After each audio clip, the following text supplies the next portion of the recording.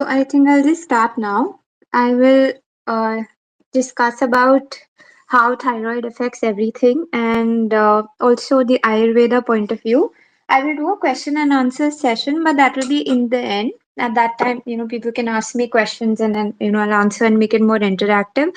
So, one of the most basic things that people need to understand about thyroid is that body temperature is very important. So, a simple thing like when your body temperature drops by even a few degrees, not even a few degrees, even by like 0.1, 0.2 degrees, etc., it becomes very favorable for pathogens in your gut to thrive in that kind of an environment and basically just wreck the whole system. So then they start messing up the whole digestive system. That is one way things go wrong. Secondly, when your body gets cold, like when your temperature drops, then you have circulation issues because everything starts becoming thick, sluggish, and very stagnant. So these are very traditional, Ayurveda based, even traditional Chinese medicine and any sort of herbal medicine or traditional paths that you will see. They have this kind of a, this kind of a philosophy that when you're in a cold sort of environment or the body temperature drops, these kinds of issues happen, which is very straightforward to understand. This is very logical for most people. Secondly, brain also really slows down. So it is a known fact that in hypothyroidism, your brain actually shrinks. It's not just about, let's say, some symptoms that you're feeling. There are actual structural changes that occur in your body, which are also reversible to a large extent if you are medicating yourself correctly. But basically, even your heart, it can actually, there can be issues with the heart muscle also. There can be structural changes that happen to the heart. There is massive change to the face. So I've shared a lot of actually threads. If you go through my profile, I've shared a lot of threads where I have mentioned like about how the face of the person completely changes due to low thyroid function. There was somebody who commented that this is looking like Botox. I said it's not Botox. Then I even posted a picture of a kid who had Cushing's syndrome, which is basically a condition with high cortisol. So in that case, your cheeks and all become really fat, and it's not about actually gaining weight. So let's say a person gains weight in a healthy way without any sort of thyroid issue, then it's more equitable. The distribution of fat is more equitable throughout the body. But in the case of a thyroid dysfunction, there is eyelids become puffier, the latter third part of the eyebrow starts disappearing, your hairline starts receding, and you start having hair loss and patches, etc. So there are all these sorts of structural and physical changes that occur, which really destroy people's self-esteem massively. And the worst part is that when people are suffering so much in their body, the society will always blame them that, oh, you're not eating right, oh, you're not exercising, oh, only if you were not so lazy, you'd be better. But the thing is that a person who is genuinely hypothyroid, they have no energy to do anything. Okay, you cannot tell them that go and exercise. In fact, Dr. Broda Barnes, whose work I had studied, he had mentioned that if a patient is hypothyroid and they are going through severe fatigue, it is better for them to rest and relax instead of trying to force themselves to exercise, etc. So that is one thing. Now I'll just explain how things happen in a more scientific way, because I've covered the whole natural aspect of it. So one of the key things is that with thyroid, your body starts functioning on low oxygen. So let's say there are two people. Let's say they have the same height, weight. Let's say just twins. Let's just assume everything about them is identical twins. But one person has hypothyroidism, one person does not have. So the person who has hypothyroidism, their body gets used to functioning on low oxygen.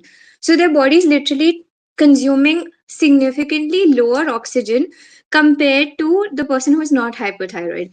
And this is really critical because oxygen deprivation, even for a few moments, is pretty damaging to your body. So you can imagine how much damage is going on in a person's body if they're having oxygen deficiency, like low oxygen hypoxia it's called, that kind of a phase for a long term, like for years or months together. So it's pretty damaging. And this is also why everything starts like slowing down, like your brain starts slowing down, your heart rate in many cases starts slowing down, even your digestion starts slowing down. I have a lot of consults and people also tell me, and this is a very common thing, People say that when I eat food, it feels like it's just sitting in my stomach, nothing is moving.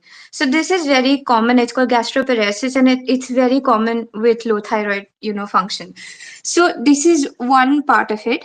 And why this happens? Why is the body using less oxygen? So there are two processes. One is oxidative metabolism, and one is glycolysis. So oxidative metabolism is the ideal state, like the high functioning, healthy metabolic person. Their body runs on oxidative metabolism, but it's like, imagine that your system has to have a break also. So let's say hypothetically, that somehow or the other you're caught in some mountain or some region where it's really cold, and you don't have any food to eat, and you faint, and then you don't have anyone to save you. So in that case, imagine what will happen if your metabolism is really fast. You will end up using all the calories very quickly, and your body will basically, you will die quickly. So when there is stress, your body has a like your body switches into a different kind of a metabolic pathway, which is glycolysis. And in that stressed state, your body will stop, basically like metabolize things very slowly, so that you can live longer, because it perceives that in this condition you would not have adequate resources to take care of yourself. And I think, there is a very funny example I can relate to. I don't know how many of you watched the show Dexter. In that, there was this whole thing they did about like how this guy survives even after being shot, because in the he was in like an icy place, so the heart rate slowed down, and then because of that the blood circulation decreased, and that's why he was saved. Because of that, he was able to survive for a longer period of time. So that slowing down is basically hypothyroidism, of sorts. But the problem is when this defense mechanism that you have, this break that you have, becomes chronic. And the most horrific thing about our world is that everything, like pretty much everything in today's world, is designed to mess up your thyroid. So even when we use like soaps, shampoos, etc., it's got millions of like endocrine disruptors. Microplastics again wreck your thyroid. Even the food that we eat with all the PUFAs, etc., that is again very, like issue. That's a big thing that actually causes thyroid hypothyroidism. And even something like low sunlight, which is very, difficult. I mean, most of the people in the corporate world do not get adequate sunlight, and because of that, also, they have vitamin D deficiency is extremely common in India and other places. That also lowers your thyroid over a period of time. So I've had consults with people who have like vitamin D in like 20 or something, or 6 also, in like single digits, which is insane. Like your body is really like in trouble at that time. So you can't imagine, like 200 years ago nobody would live like this. Like you can't even imagine a person that they will not have vitamin D, except for a person who is imprisoned. Nobody lived like this. Like the idea itself is crazy. Secondly, it is artificial lighting messes up our circadian rhythm and system like so badly. That also is like a negative effect for us. And even all the food that we eat, I have posted about this many times actually before. Even the food that we eat, it has reduced vitamins and minerals basically. So because the soil is polluted, plus we have heavy metal toxicity. So there's this thing that when you have fluoride in your like water or environment, it basically, there is this thing called I forgot the exact term. There's this thing called ionic mimicry. I think it's ionic mimicry. So basically, fluoride starts taking the place of thyroid, and it messes up your entire system. And in today's world, we have like our whole world is full of like chemicals like that. Even something like these electromagnetic frequencies that have this. There's this whole thing. I mean, that could be like a whole session I could do later. But basically, EMFs also have a very negative effect on us, which creates a lot of problems for thyroid function. There are studies now which are showing that people who use Bluetooth headphones for a long time, they end up developing thyroid nodules also. So the world which are living in is so insane that it's you cannot expect that your thyroid will function normally. So at least at the time when the book which I think was really foundational for me to learn about all these things was Hypothyroidism: The Unsuspected Illness by Dr. Broda Barnes. So in that book, he talks about how people, at that time, like 40% of the US population was hypothyroid. Okay. So then there was this whole fraudulent test that came about, which was called the protein bound iodine test. And this test, for 10 years, they kept doing this test and saying that this is the correct test. There were very few doctors who said, no, this is a garbage test. But because of like commercial reasons or whatever, it was pushed. And so by that fraudulent test, what used to happen is it showed that only 5% of the population is hypothyroid. And Dr. Repeat actually mentioned this really interesting anecdote. There was this girl, and when she was young, she was very, like, she was gaining a lot of weight. She was just a school kid. And that's why the doctors at that time, they knew that, this is very common in hypothyroidism. So they just put her on the thyroid medication, which was not levothyroxine, which is given right now. They put her on natural desiccated thyroid, okay, which is the animal gland which has both T3 and T4. So she started losing all the weight, etc. And like her life was normal. Then this stupid protein bound iodine test came. Then the doctors tested her and they said, oh, you do not have hypothyroidism. So they put her off meds, and then this girl started getting fat. And then the doctors are like, oh, you're just getting fat because you're a glutton. Okay, so that's how crazy society is. And then 10 years, or I think it was around 10 years roughly, after this protein bound iodine test was found to be fraudulent, etc., and removed, what doctors did, like this whole, basically the system, they basically conspired to say that, okay, since 5% of the population is hypothyroid, we are just going to use that number. So let's say with, and this is when the TSH test was launched, which is what we use today also. So now with the TSH, what they did is they increased the range of it. So they say that if your thyroid is, if it's up to 6 in some labs it's up to 8, in some labs it's up to 4, then you're normal. But according to Dr. Rabi, that's actually not true. Like a TSH4 is actually pretty bad thyroid wise. You ideally, anybody should not have like below, like sorry, above 2. Like your TSH should not be above 2, and above, like if it's like around 1, that's great. But ideally as close to 0 as possible is considered great. Okay, but if you go and say this to any doctor today, they will tell you that, oh, you're crazy, you're going to get hyperthyroidism, and this is not like good. But so many people who follow this, system, have realized that it is so much better, you feel so much better. And obviously this is a whole different paradigm. You have to understand like a lot of other things also, like you have to balance your minerals, take your vitamins, etc., and balance a lot of other things. But basically when people follow this, they've realized it's very different from the current medical paradigm. So then after this TSH test, the one fraudulent thing that happened is that they said only 5% of the population is hypothyroid, so the rest of the people can just go screw themselves. If they're hypothyroid, doesn't matter. And the second thing that actually happened was that levothyroxine became, like, it was patented, and because it was hugely profitable, there was so much, like propaganda, corruption behind it, to remove NDT, which was the natural desiccated thyroid, and to only use T4 basically. And this is what wrecked people even more, because you need like both T3 and T4. And this is something I'll get into more detail in our next talk or something, because I'll explain more about, like, why this happens. And I've actually written a lot of threads also about why T4 is inactive, T3 is the active hormone. You need a combination of two and in a specific ratio. So yeah, that's one thing. And I think the other thing that I wanted to talk about is how so the difference between glycolysis and oxidative metabolism.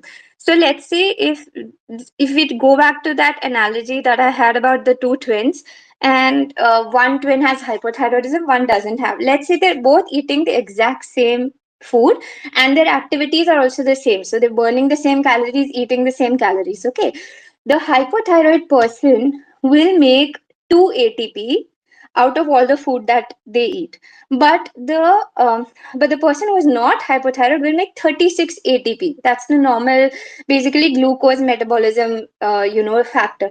Now imagine one person is producing 18 times more energy than the other, and then the hypothyroid person is extremely fatigued, having mental issues, having infections, having gut issues, having all sorts of problems. But nobody treats that because they don't understand this very fundamental thing about how oxidative metabolism and glycolysis are different, and how the body starts shifting to glycolysis in hypothyroidism.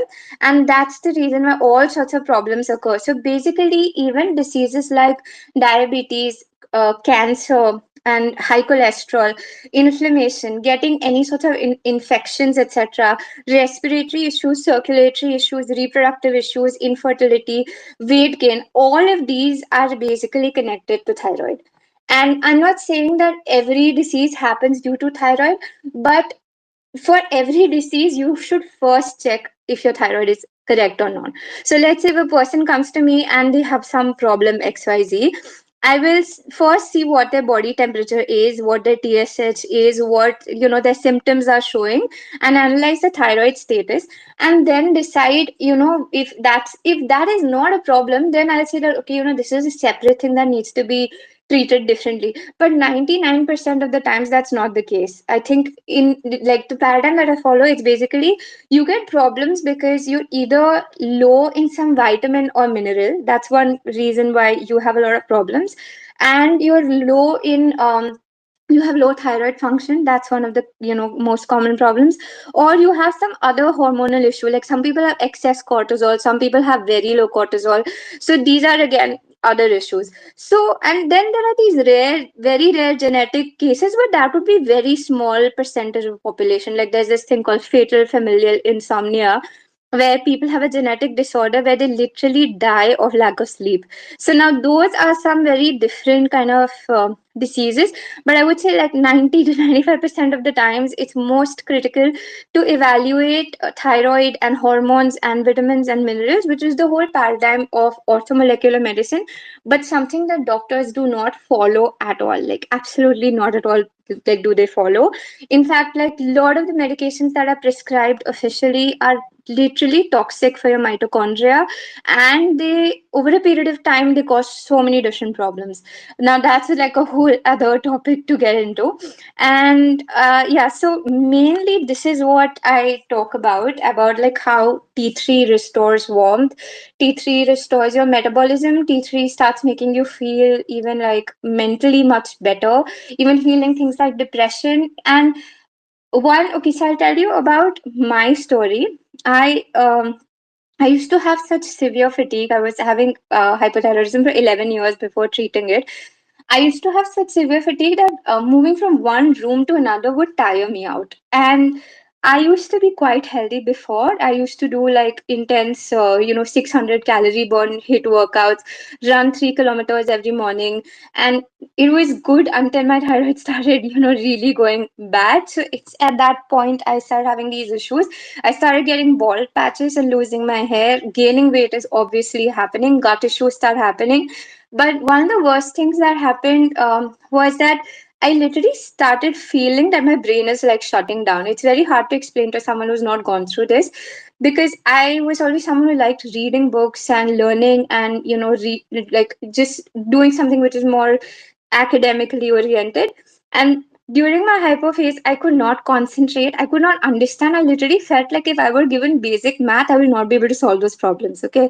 And my body temperature at that time was 95 degrees Fahrenheit, which is basically you're close to hypothermia. And there's this thing called cold brain syndrome, which happens in hypothermia, where your brain becomes so cold, like, because of low body temperature, or sometimes even because you're, let's say, in a frozen glacier or something, that kind of a situation, that it actually the function, like it really sort of like slows its function, and it doesn't really work well. And I also mentioned about the structural changes, like there are parts of your brain that start shrinking and really destroying. So the brain is very heavily reliant on T3, and when you have low T3, it's that that can actually cause depression. It can cause schizophrenia, bipolar disorder, low mood. All sorts of issues can occur due to this. So yeah, these are, I think, the main issues that I faced. And then once I started taking T3, all of this started reversing. Like the first day I took it, it made me feel so euphoric. I will never forget that day. I literally felt like I was on some sort of a drug trip. It was the most intense euphoria. But this is something that will not happen with everyone. So when your body is very extremely deprived in something which is critical for it, and then you suddenly give it like that nutrient, then it reacts in a very euphoric way. So that's the reason I could really feel like what it was doing for my body. And also my, hair started regrowing. I've been even posted pictures of that. Plus, weight started coming off. So all the things that I was having problems with, even like, my mental health became like amazing after that. Like no more depression, etc. No more that feeling of not that my brain is slowing down. That had also gone away. So basically all these changes started happening immediately after T3. And before that, I had literally tried everything under the planet. Okay, I had tried exercising, I had tried diet changes, I had tried Ayurveda. I had access to one of the best doctors in India. She was awarded by Arun Jaitley, and she's amazing. Like, I really trust her. And her medicines also did not really help me. I really just needed T3. And even acupuncture I tried, which did help me somewhat, but it didn't solve my whole problem. So in my case, this is the only thing that really solved everything for me.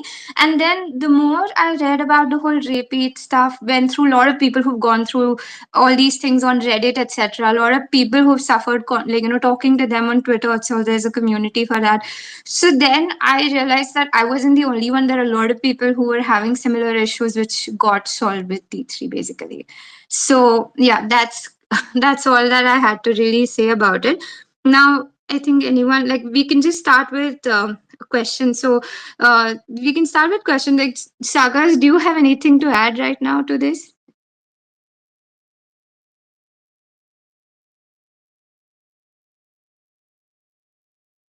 Hello. Okay, I think, does anyone else have any questions?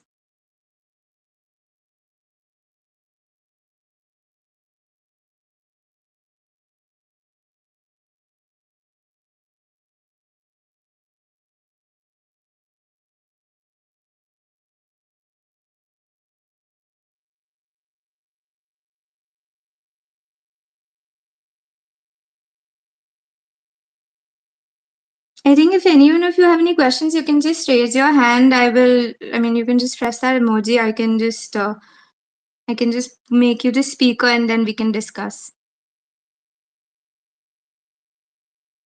Once and there's some one person who has requested.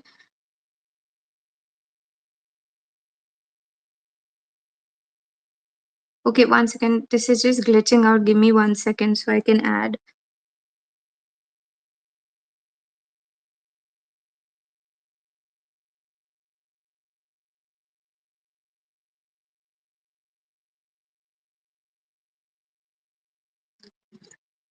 Okay, Haripriya, do you have any questions?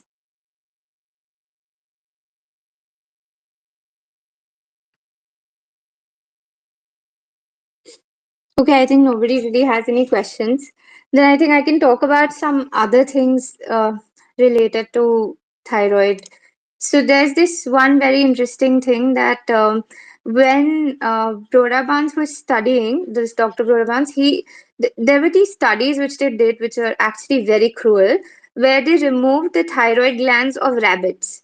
And every, like, all the rabbits, when the thyroid glands were removed, they developed atherosclerosis, which is basically your arteries have plaque built up, and high cholesterol, which is extremely common with hypothyroidism. And this is like, so when people have high cholesterol, they're just always put on statins, which is not good for you, which actually has a lot of damaging effects, but that doesn't matter to doctors. And in my case also, for example, I during my peak like hypothyroidism phase, I had, my total cholesterol was like 242. And then when I started taking T3 after I think a month or two, it came down to 199. And there was no dietary change, no exercise, nothing. There was no other change. It was just because of the medication. And what's really interesting is that the thyroid hormone is responsible for using cholesterol to make protective hormones. So the cholesterol in your body is very useful. It's not a bad thing. It's basically cholesterol is used to make hormones like progesterone in women and pregnenolone, which is there in everyone. So these protective hormones are very critical for your body and it has to be converted. But because the body is hypothyroid, it cannot convert cholesterol to these other hormones. And then you just have excess cholesterol, and that's like the whole problem that keeps coming up. Yeah, I think somebody has asked on the comment that can hypothyroidism be reduced? So yes, that's exactly what I'm saying. Your body produces the hormone, the active thyroid hormone, which is T3. And then when you take T3, the tablets of T3, then you are giving your body the same hormone which it is supposed to produce, but it is not producing for whatever reason. And then once you replace it carefully, in a systematic manner, you have to be very careful. There are a lot of do's and don'ts about how to use T3. So if anyone is interested, they can consult with me, they can DM me about this, I can guide you better. Then in that case, your body starts functioning well again because it has got the adequate material it needed to do whatever it was required. So um, that is one thing. There's somebody who's asked, is excess yawning, which is low oxygen to brain, means hypothyroidism? Yeah, I think that's true. In fact, I never thought about this, but I used to yawn very excessively before I started taking medicine. So yeah, it is true that it's like a lack of oxygen, and I'm not saying it's 100%. I wouldn't use as a diagnostic tool. The main indicator of thyroid function is always body temperature, and the way you take body temperature is by measuring your armpit temperature, and then both armpits, you take left and right. And the reason for left and right is because in some cases of hypothyroidism, there are some people who are very susceptible to stroke. And if your body temperature on left and right side is very different, like let's say one side is 95, the other side is 97, so this is like a 2-degree difference. So in that case, it's a sign that you're more susceptible to stroke, and then you should be cautious and treat it. And that's why it's better to take the average of the two. In normal human beings, 0.6 degrees Fahrenheit to 1 degree Fahrenheit difference between left and right is normal. There's nothing wrong with that. So that is, I think, the most key indicator. Now there are some caveats to this also, that some people have normal body temperature but they can still be hypothyroid because adrenaline is keeping their body temperature up. So basically, when your body does not have enough thyroid hormone, your body relies on adrenaline, cortisol, basically all the stress hormones. And when it relies on adrenaline, you will have cold hands and feet. Some people even have cyanosis, which is during like winter season, their hands start turning blue. They even have Raynaud's syndrome, which is a very similar thing about extremities being really cold. And if you go to doctors, they'll treat all these things very differently, but this is basically due to lack of thyroid function, lack of T3 that is causing this. And so the main thing that I use is obviously temperature test. So immediately on waking, without getting out of the bed, when you're still lying down, your body temperature should be 98 degrees Fahrenheit, and then around evening after dinner it should be 98.6 degrees Fahrenheit. So for men this is consistent, like it'll be the same every day, but women's temperature varies because of the menstrual cycle. So for menstruating women, this holds true only during the first 3 days of periods, and for a woman who is in menopause, it can be taken anytime. So this is one of the first critical things. The second thing is pulse. Most hypothyroid people have a low pulse. It will be at 60, 75 or something like that. And then when they take T3, then their heart will start normally functioning normally, and the pulse will recover and come back to like 84, which is ideal.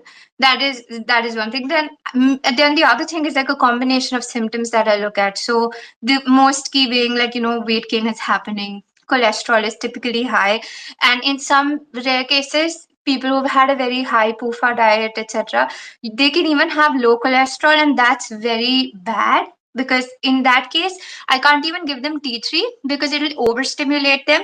And in such cases, they will have to first work on increasing the cholesterol to a normal degree and then start taking medication. So that's one thing. Then I think like digestive symptoms are very common, like gastroparesis, where people feel like the food is just sitting in their stomach.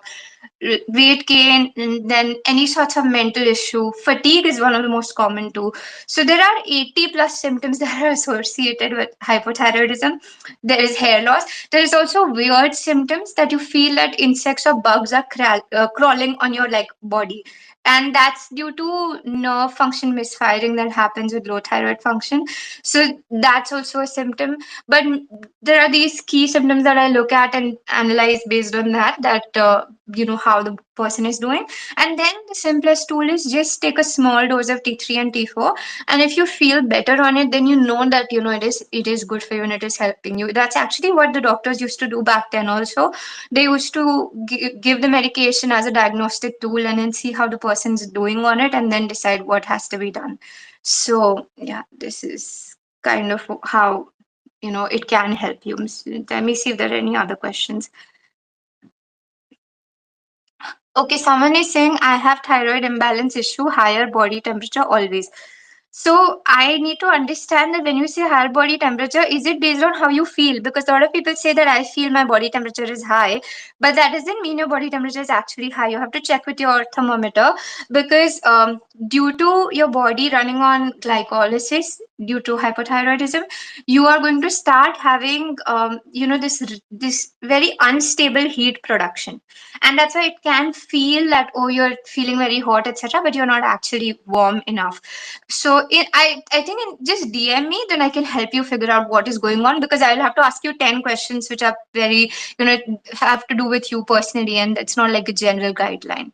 So, okay, somebody's saying which foods most strongly support optimal thyroid function. Milk, definitely. There's this guy, Hans Amato, you can check him out on Twitter.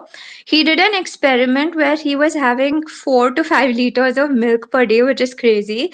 And he said and he did a blood test. Like, so before doing the experiment, he did blood test, and then after. And he said that during that time, his thyroid really shot up, like the T3 really shot up. But the crazy part is this: when a person is hypothyroid, they will not be able to digest 4 to 5 liters of milk. They will have digestive issues with everything. They will have problems digesting protein. They will have problems digesting wheat, problems digesting milk and dairy products, and problems with dals. So it's like, what are you even going to eat at that point? I'm not kidding. This is really true. Like, because the digestion is so messed up. So I would suggest you should first take T3, get your system up and running, and then you can, at least once you are at a normal stable level, your body can get like better. Okay, someone I think has a question. Let me just, yeah, Bharat Wins had a question. I think he just requested to speak. You can ask now. What exactly was the question? I would like to know if I start supplementing T3 from outside sources. So, will it work like we supplement testosterone from the outside sources and the body itself loses its ability to like produce testosterone on its own? Okay, so this is a really good question. So there are two parts of it. Okay, there is endogenous production, which is your body producing your thyroid hormone, and there is exogenous production, which is when you are taking the medication. And as per Dr. Broda Barnes, he like treated like hundreds and thousands of patients.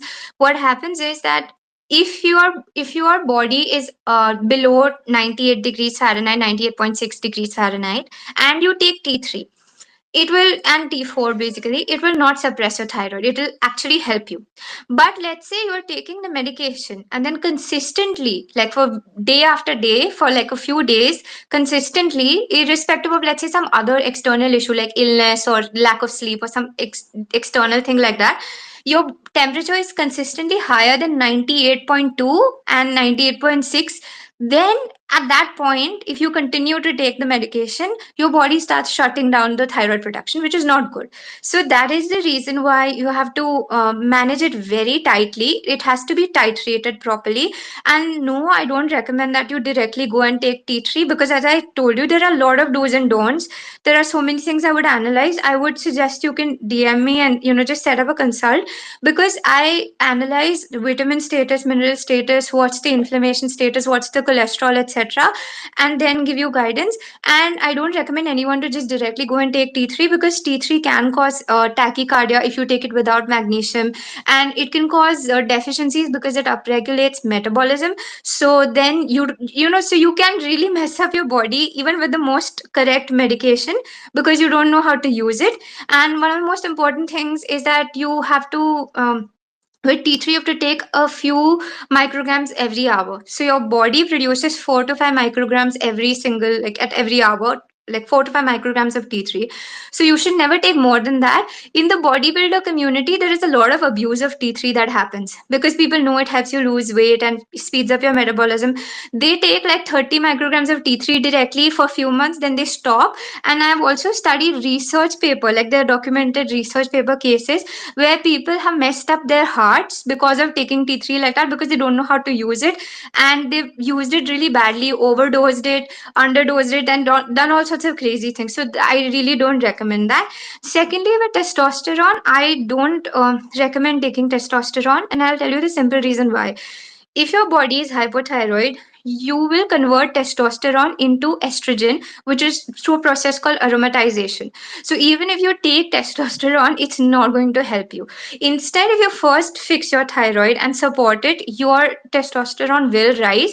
And even just taking vitamin D, vitamin K2, MK4 in high doses, and so tweaking certain things in your diet can also raise testosterone. So I think it's not necessary to take it. It's more important to fix T3, because that's more like a downstream effect. Your testosterone will get fixed eventually once you start fixing T3. So that's one thing. I think somebody else has questions also. Mm. Yeah, someone's asked me, are you comfortable sharing what your TSH level was during your hypothyroidism phase? Yeah, so in my case, it was really funny because for literally 11 years, my TSH kept fluctuating between 4 to 9. So I would have TSH 9 and I'd be like, oh shit, this is really bad. Then a few months later, it'll come down to TSH 4, and then like 5, then 8. So it was always fluctuating in that range, but never really going below that. And progressively the symptoms kept getting worse and worse and worse, and at that time I didn't know what was going on. I felt very confused and very frustrated because I was like, I'm trying 1000 different things to heal this, but it's not getting better. But now I understand why that was happening. So TSH can change due to a lot of factors. Vitamin D is one of them. Second thing is winter and summer. Everybody has higher TSH in winter, lower TSH in summer. So that's one big factor that changes it. Then it can change due to like stress levels and a lot of other things. Basically, for women it changes due to the menstrual cycle also. So there are certain days only that you should test it to be consistent about it. So I didn't understand all these things, and I didn't understand how my cells were really hypothyroid, and if I don't treat it, it's just going to get worse. So functionally, it just kept getting worse. And in fact, this is the reason why it was hard for me to even get treatment, because most doctors would be like, TSH4 is not problematic at all. You don't need to take any medications, etc. But this is the only medication that helped me, while no doctor would actually really prescribe this for me. Even my endocrinologist who prescribed it for me gave me a very small dose for months, which was so inadequate, told me not to increase it. And then it's only when I increased it to the degree that was needed for me based on the whole Brodavans method, that's when I started really having a lot of difference. So yeah, so that's one thing.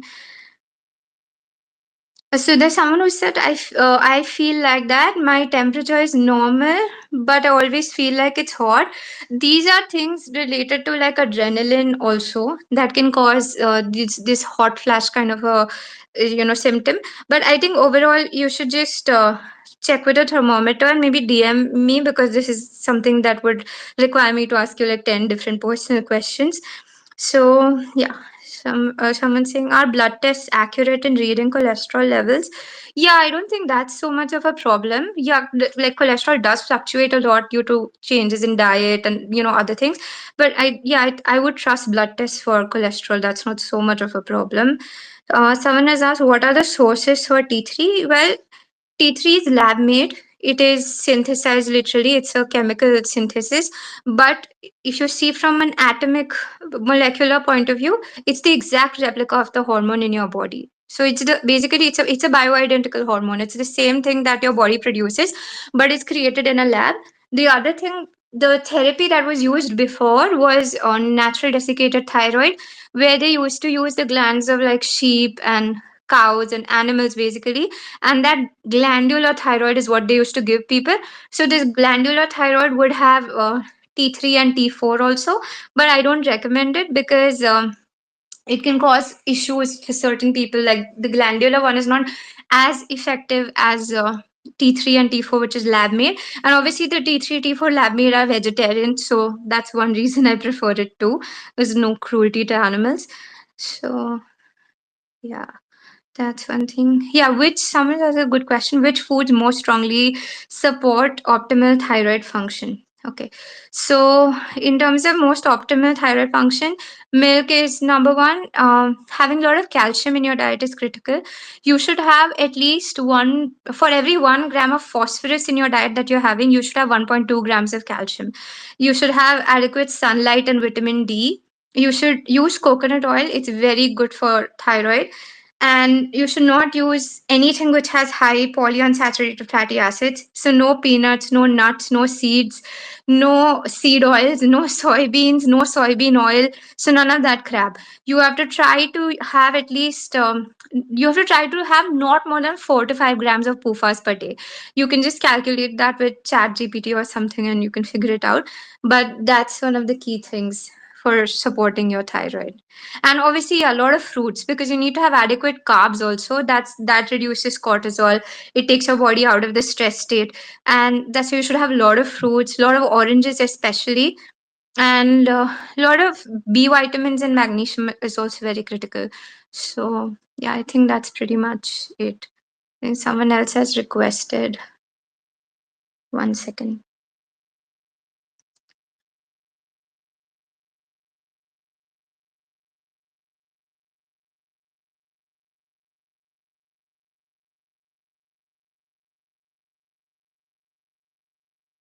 Okay, is someone requesting to talk? Because I can't see anyone wanting to ask a question. Okay, I don't know. I think there's no one asking a question here. So I think the okay, yeah, someone asked, is it's so difficult to put on muscle mass on hypo and difficult to lose fat on hypo.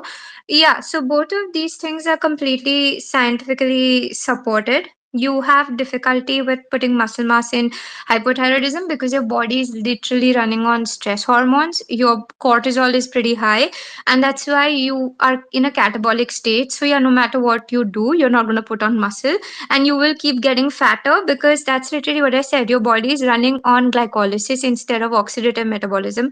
On glycolysis, your body is making 2 ATP out of all the food you eat instead of making 36 ATP, which is why you will keep eating more, getting fatter, and still feeling extremely fatigued. It's like everything that you eat, barely any energy is converted out of it. Most of it goes into waste products.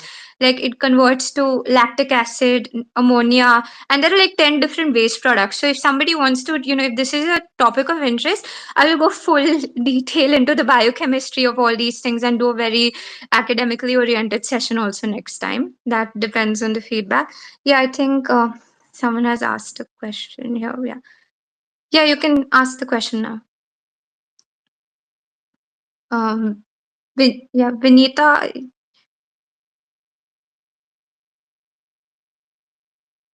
Hello, you can ask the question now. Okay, I think he's. Hello, Yeah, hello, am I audible? yes, you are. So, how do you gain muscle mass as well as keep your jawline? Okay, so for jawline, even if you go to my profile, I've tweeted about it. It's most important to have three things. One is vitamin D has to be adequate. So your blood level should be around 80 to even 100 in some cases, but 80 at least.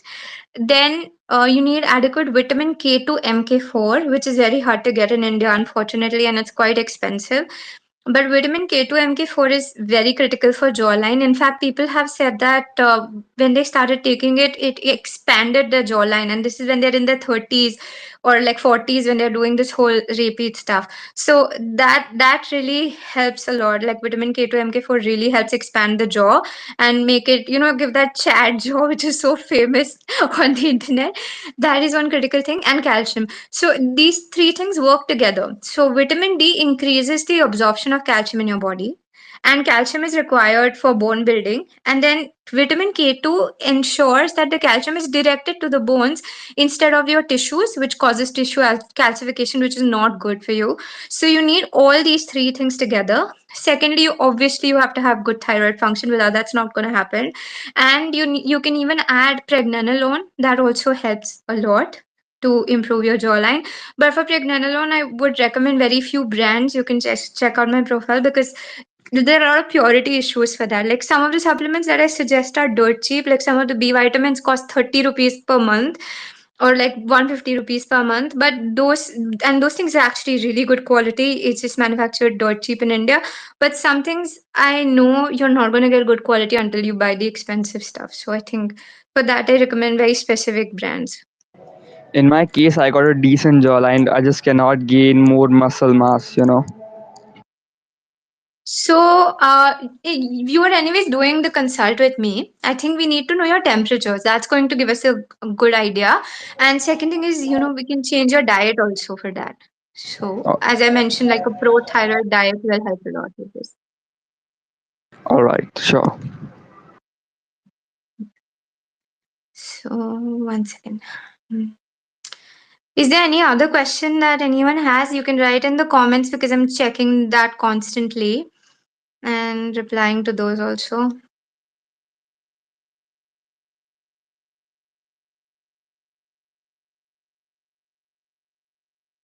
There is one very common question that I keep getting. Will I have to keep taking T3 for life? So, my answer to that is that it depends. In some cases, you take T3 for some time and your body feels amazing. It's very well supported, and in like few years, you're able to get off it, and still your body temperature is normal. And this has to be done in a very systematic way. So, then you can get off it.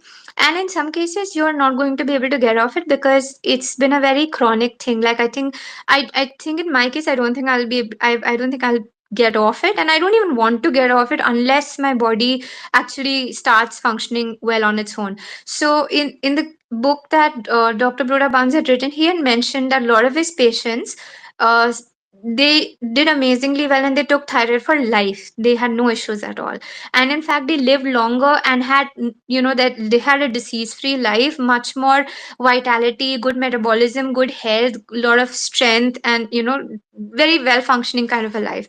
But there were some people who would give up using it. So there was this one person who stopped using it, and he used to have a lot of infections, and then all his symptoms started coming back again, and then he again had to start using it. And then he'd mentioned like a series of cases like that where people stopped using medication, and then it actually really backfired. So I personally say that you should not stop taking this medication at all until your body gives you a sign. And the way that your body gives you a sign is that when you start taking when you're on your regular dose, you will start feeling that you are slightly warmer than you used to be. You can check your temperature, and then you can start cutting, and then you see your body is doing well on it gradually. Then you can go on without it.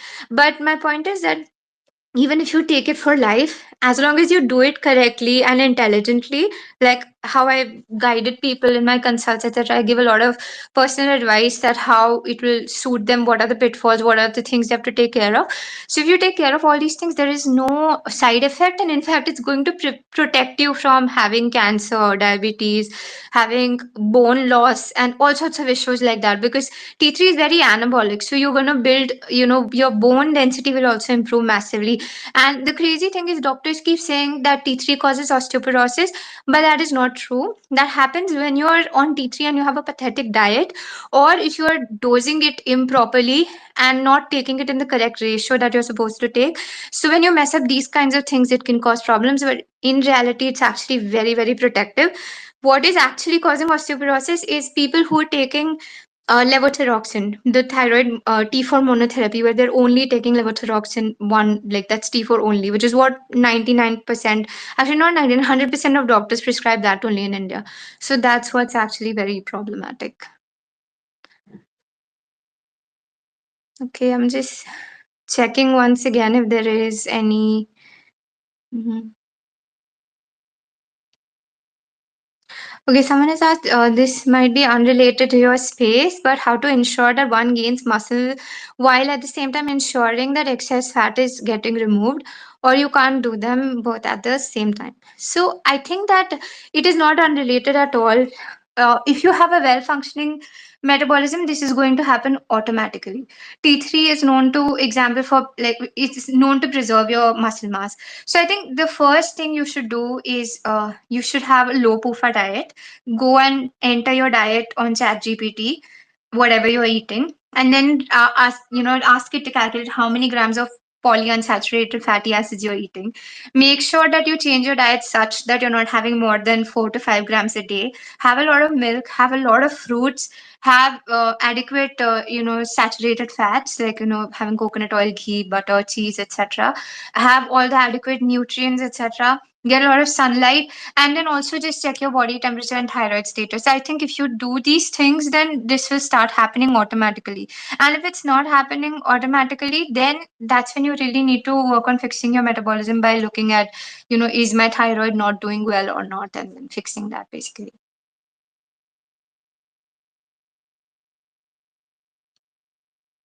Okay. Oh, this is such a great question. Why does hypothyroidism cause anemia like symptoms? So, okay, this is a holy mess in your body, because pretty much everyone with low thyroid function starts like iron starts getting really messed up in the body. So out of all the vitamins and minerals, iron is one of the hardest, I would say the worst things, because if you have ferritin, for example, and there are a lot of other factors also, this don't take this statement in isolation, there is context to be seen also. But generally speaking, if your ferritin is lower than 70, like it's in like 20s, 30s, etc., then you're pretty screwed, okay, because you have low iron. If it is above 100, then you have excess iron, then also you are screwed. So there is such a tight balance in iron that has to be maintained. And when you're hypothyroid, your metabolism is anyways collapsing, it cannot handle iron well. Now if you take iron supplements, the big problem that happens is no matter what supplement of iron you take, even the best quality supplement in the world, your body will not 100% absorb that iron. There will be some unabsorbed iron that remains in your gut. And that unabsorbed iron is like the favorite food of all pathogens. And they feed on this iron, and then that causes gut issues. This is the reason why iron supplementation is so problematic. People have bloating, people have constipation, people have diarrhea, people have nausea. I mean, all sorts of difficult things that are supposed to happen that happen on it. Even if you take iron by blood, like IV transfusion, that is also pretty horrible and causes a lot of other issues. So I in fact have this too. I don't have like I have like subclinical anemia almost, because my and this only happened during my thyroid phase. I never had iron issues before. So the body does not absorb iron and handle iron metabolism properly. And the second thing is excess iron is very inflammatory. So this is one thing which I've noticed, that vegetarians suffer because they have low iron in their diet. Non-vegetarians suffer because they have excess iron in their diet. So getting iron right is one of the hardest things. And I think traditionally in India, what we used to eat in bronze vessels, and we used to eat in utensils from which we would get adequate metals. We don't do that anymore, unfortunately, and that has messed us up like really badly. So that is one issue. And secondly, the whole problem with anemia is that when you're taking iron, you also have to take copper with it. Not always, you have to like analyze, because you can't supplement copper easily. It can be harmful. It has to be, you have to see the context, etc. It's not like magnesium. Like magnesium I can blindly recommend to pretty much anyone in this world, but not with iron. So one problem is that you might have to take cofactors with it. Like you'll have to take certain B vitamins, you'll have to take vitamin C, you'll have to check the balance of copper. So it's extremely complicated, and that's the reason, because the whole metabolism is messed up. Your iron metabolism also gets messed up, and that's what causes anemia. And then once you start taking T3, your body handles iron better and absorbs it better, metabolizes it better. That's when your anemia also starts resolving. So that's how it actually works. I hope this answers your question. Somebody has asked thoughts on spicy food. Well, you can take it if it's not harming your gut, if if it's not causing you acidity and other such issues. If you tolerate it, there's nothing wrong with it. But don't have excess because even from an Ayurvedic point of view, it's not good, and it also slightly damages the gut lining. But depends on how much spicy. I mean, in some ways, it's good for you also, and if beyond a certain point, it's harmful. So that's what I'll say. Someone else asks, can taking L-Troxin 75 be harmful? If yes, then how can this be replaced with healthy alternatives? So yeah, L-Troxin is T4. And when you take only T4, that is actually going to cause problems because T4 does not convert to T3. And this especially is true in women because women have estrogen, which also blocks, thyroid hormone. So T4 converts to reverse T3, and that's why your thyroid doesn't get better. People take T4, and your pituitary gland has an abundance of deiodinase enzymes. So these enzymes actually convert T4 into T3 very quickly. But the rest of your body does not have these enzymes, like your liver tissues and your other tissues do not have this enzyme. So your blood test will show that your TSH has reduced because the pituitary converted all T4 to T3.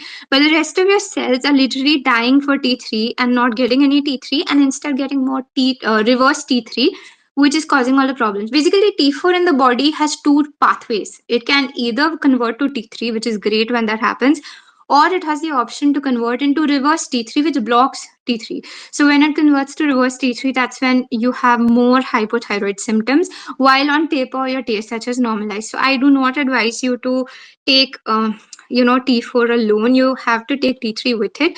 But how? I mean, that's very personal. I would have to see your temperature, your symptoms, etc., and titrate your dose over a period of months, and then tell you how to do it. So you would have to contact me. You can DM me for that, and consult me, and then that's how I can help you with it. But typically speaking, people should have T3 and T4 in a ratio of 1:2 or 1:3. That is most brain favorable. That is the ratio in which your body functions best, and it's actually more physiological. So when you have T4 in your body, it's basically like it's the conversion is like 1:3 ratio. That is the exact ratio at which your body is functioning well. So yeah, that's something. Let me. Somebody's asked, why is my vitamin B12 less than recommended range in spite of having non-vegetarian diet? Do I need to take supplements for this also? Okay, so I don't know why people think that non-veg is going to be good for B12. Even like I've never had B12 less than 500. Okay, and I've always been a vegetarian. It's because I have like around 750 ml to 1 liter milk per day, and you can just go through my profile. I've done the calculation also that how on my diet I'm getting more than the adequate amount of B12. I don't know how much B12 from meat converts, etc. I don't know about all that, and I've never really looked into that. But if you have adequate milk, you will get enough B12. But yes, for now, take supplements. Because you should not be low on B12. It messes up a lot of other systems. So until it's normal, just take the supplements. You can go to my profile in my bio. There's a link basically. If you click on that, there's a site called My Health Maxing Guide, in which I have a list of all supplements and which supplement you should buy, which is the best brand, what dosage. I've written all of those things. Okay, I don't know why you are shit posting on my questions by asking things like, what if anyone unintentionally swallows mosquito during riding a bike while talking? Very funny, hilarious. Okay, let me see if there is any other question.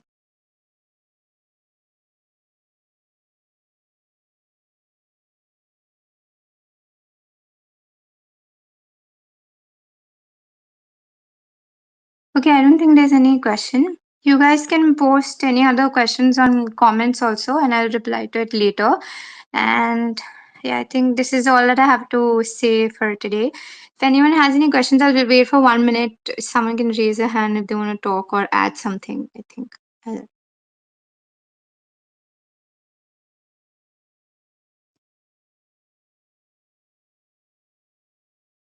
Okay, does anyone have any question?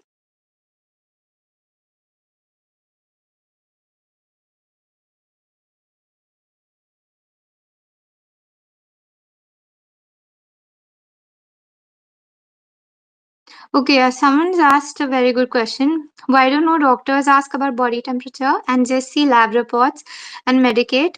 No mention of what? No of meds to symptoms of illness to women who are more prone to hypo.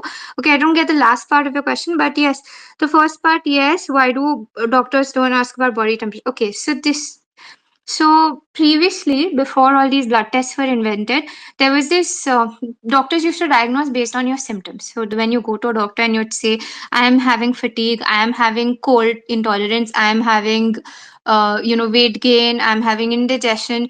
So then the doctor they were trained, basically the medical education system had trained them back in the day that such patients have hypothyroidism, so you are supposed to give them NDT. That was the system back then. So at that time, they didn't take temperature, but they used to take a BMR test. They used to take a test of cholesterol. They used to take a test of your symptoms, basically. And then based on that, they would guide you. And that's one way people were much healthier back then than now. Then what happened? When Brodabans actually developed this technique independently. And he had studied a lot of experiments also, like I had mentioned in the initial part of my chat about how they did these cruel experiments where the glands, like the thyroid glands of rabbits were removed to see what happens if thyroid gland is removed. So he had studied all these things on his own. And then there was this whole crazy device to measure oxygen consumption, which was also not very accurate, but they used to use that method to figure out if somebody is hypothyroid, to basically guess if they're using enough oxygen or not in the body. And then because of that, they used to also give people NDT. But then once blood tests were launched, then this whole, like, so this I've addressed in the first part of my series, that when I talk about how the whole fraud that happened, where people used to have this protein bound iodine test, and then according to that test only 5% of the population was hypothyroid. So when the TSH test was launched, then they said that okay, only 5% is hypothyroid, even though symptomatically that is not true.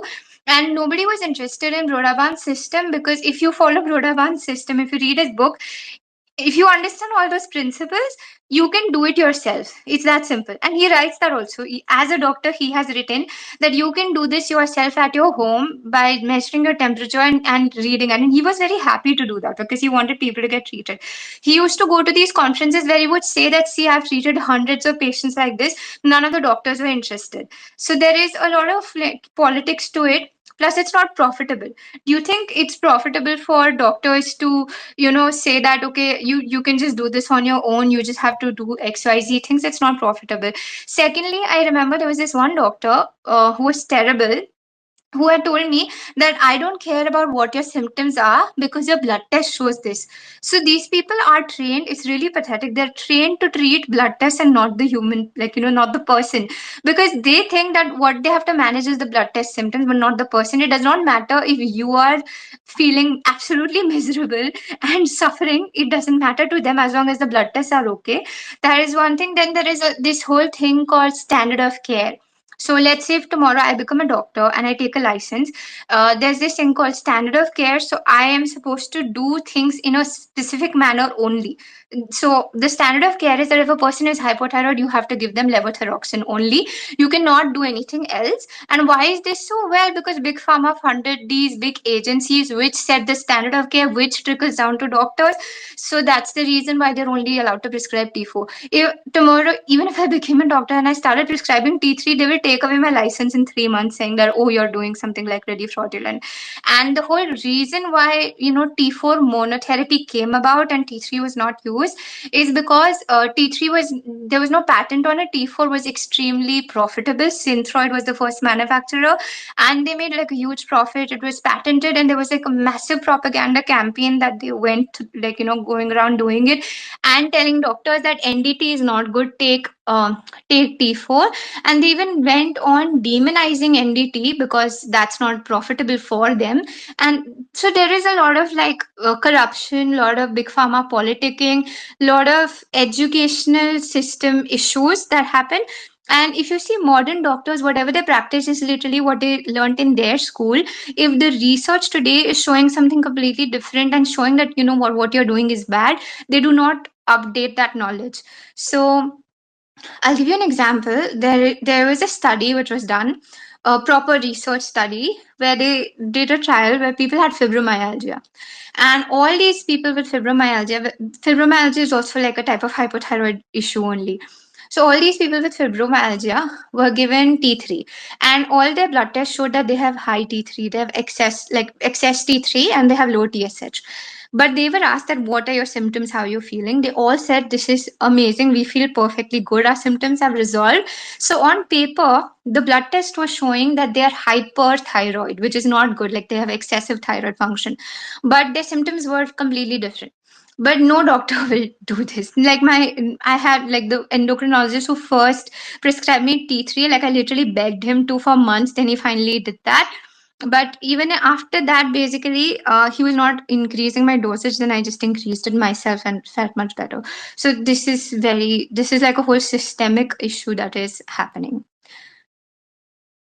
Mm, okay, someone has asked why Indian medical Twitter don't know this stuff. Okay, I think Indian medical Twitter is one of the most toxic, one of the worst, people, because you've seen all these people like liver doctor and all these people who just hate on Ayurveda for no reason. In US, there are still like millions of prescriptions for T3. In India, T3 was launched only 1 or 2 years back. So that's one reason there's there's nobody who prescribes it. There's a lot of these systemic corruption, nonsensical issues. So I don't want to get into that. Someone is saying, sadly, I'm taking Eltroxin 75 for around 10 years. Since it's such a long period, can the disruption caused by T4 be reversed now? Though I will, yeah, it can be reversed, but it will take time. It will not happen in one day. It will take a few months to reverse it, but it can 100% be reversed with the right approaches for sure. So that's for sure. Okay. Someone has asked if someone is eating in a calorie deficit but still not losing weight, how do we know whether it's a thyroid issue like low T3 or a metabolic adaptation issue? And in that case, what's the correct way to fix it? So I'll tell you this simple technique, which actually a doctor had also said. This is like very valid to, say that if whatever your maintenance calories are, like as per your BMR, if you cut 1/4 of that, like 25%, and you don't lose weight in 1 month, like after 1 month, you're not even losing like 2 kilos or like even 1 kilo, then it's 100% like a thyroid issue. And it definitely, you should check the temperature, etc., and figure out, the hypothyroidism. You can DM me also, I'll help you. And otherwise, in some cases, it can also happen that it's not all just about calories. When you have high POFAs, like polyunsaturated fatty acids, they make you hypometabolic. They suppress your metabolism. So you will eat less and get fatter. So sometimes it's also just changing your diet to more pro-metabolic foods, which is having much more fruit, much more milk, adequate carbs, and using coconut oil and using ghee, butter, etc. So it's also things like that. It can be a mix of things. And sometimes it can also be vitamin mineral deficiencies. Like if you have low vitamin D, if your magnesium is low, if your B vitamins are low, in such cases, you will eat less and still keep getting fatter. This one, I think, let me see if there's another question. How is dal chawal as a meal? It's excellent. I had written about that also, about how dal chawal is, a perfect protein, because the amino acids, they when they combine, they actually form a complete protein. So there's nothing wrong with that. It's really healthy. As long as you digest it well, it's amazing. Someone is saying medical gaslighting is rampant. Well, yes, 100%. That is so true. I have experienced it, and even in my partner's case, he had dilated cardiomyopathy at a very young age, and it was horrible how doctors gaslight you. It's just really pathetic. Like I hate doctors so much. Sometimes it's crazy. Sometimes I don't know if I hate Muslims more, if I hate doctors more. So it's just I've had bad experiences with doctors.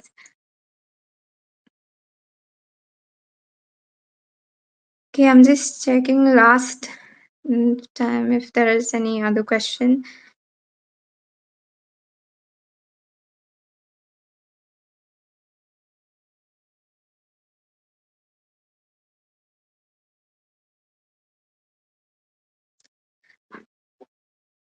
Okay, guys, I think there are no more questions. I think I will end this space now. Thank you so much for attending, and do give me a follow if you're not already following, and comment and give me suggestions if you have any questions, etc. Thank you. Bye.